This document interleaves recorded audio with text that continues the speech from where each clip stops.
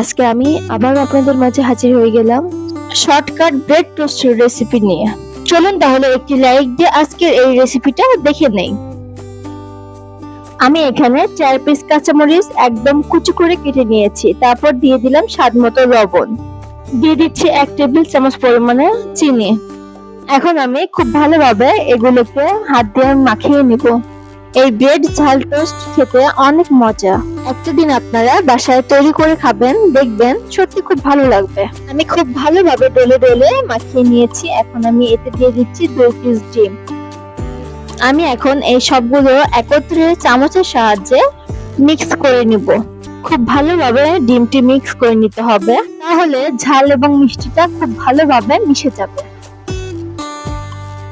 আমি এখানে 5 পিস পাউরুটি নিয়েছি, তবে আমি এটা গোল পাউরুটি ব্যবহার করছি। এখন আমি এখান থেকে একটি পাউরুটি নিয়ে